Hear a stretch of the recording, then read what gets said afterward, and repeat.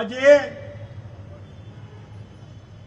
ગુજરાતની અંદર ધારાસભ્યો 156 છે અને હજી ખડી વિકેટ ખડીને વધવાના છે.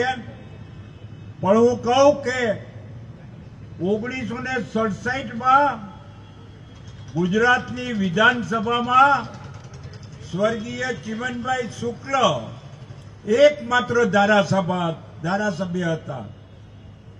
એકમાંથી 156 થયા ને. લોકસભાની અંદર 2 પાર્લામેન્ટના સભ્ય હતા, એક A.K. પટેલ અને એક આંધ્રમાંથી હતા. 2 હતા. એ 2 માંથી 303 થયા ને. અરે હજી 303 માંથી 373 થવાના છે ને. આપણે સૌ ભેગા મળીને કરવાના છે ને. મિત્રો, આ જે કઈ ભાજપની તાકાત વધી એ કાર્યકર્તાના કારણે છે. એના મૂળમાં કાર્યકર્તા છે.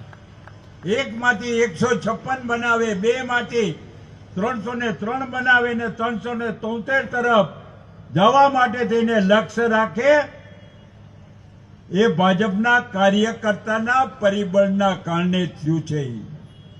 મિત્રો, આજે જ્યારે કાર્યકર્તા સંઘર્ષમય પરિસ્થિતિની અંદર પણ જીવતો હતો. મને ખબર છે કે રાજકોટમાં જ્યારે ચિમનભાઈ શુક્લનું અહીંયા કાર્ય માટે જનસંઘ માટે નિમણૂક થઈ ત્યારે ચિમનભાઈની ઓફિસમાં આખા રાજકોટમાંથી 3 કાર્યકર્તા આવતા અઠવાડિયાની બેઠકમાં. કેટલા? 1, 2 ને 3. એ 3 માંથી આજે જોઈ શકી છીએ કે આજે આ કાર્યાલયના ઉદ્ઘાટનમાં બેસવા માટે ખુરશીઓ નથી રહી અને કાર્યકર્તા તડકે ઉભા રહે છે. આ કાર્યકર્તાનો જુસ્સોનો જનૂન છે. હમ દિન 4 રહે ન રહે, માં તેરા વૈભવ અમર રહે. માતૃભૂમિ માટે થઈને જે લડવા વાળા મરજીવા લોકો છે એ જ કાર્યકર્તા છે.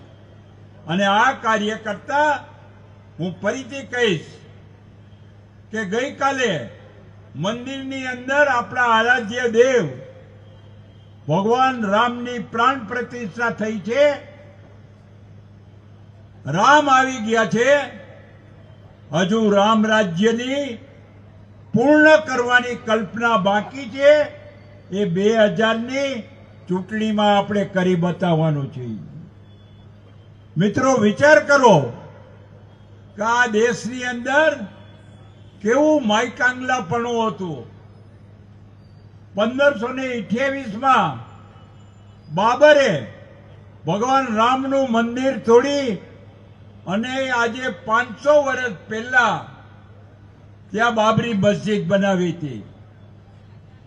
એ બાબરી મસ્જિદના કોઈ પણ જાતના સંઘર્ષ વગર માનસિક રીતે તૈયારી રાખી કોર્ટમાંથી જજમેન્ટ મેળવી અને ગઈકાલે આપણે ભગવાન રામને બિરાજમાન કરેલ છે. એની પાછળ બુદ્ધિ ચાતુર્ય હોય તો એ કોનું છે? કોનું છે બુદ્ધિ ચાતુર્ય?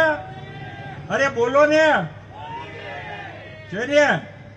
હજી 3જી વાર એને બેસાડવાના છે ને કે પાછા મોકલી દેવા છે વડનગર?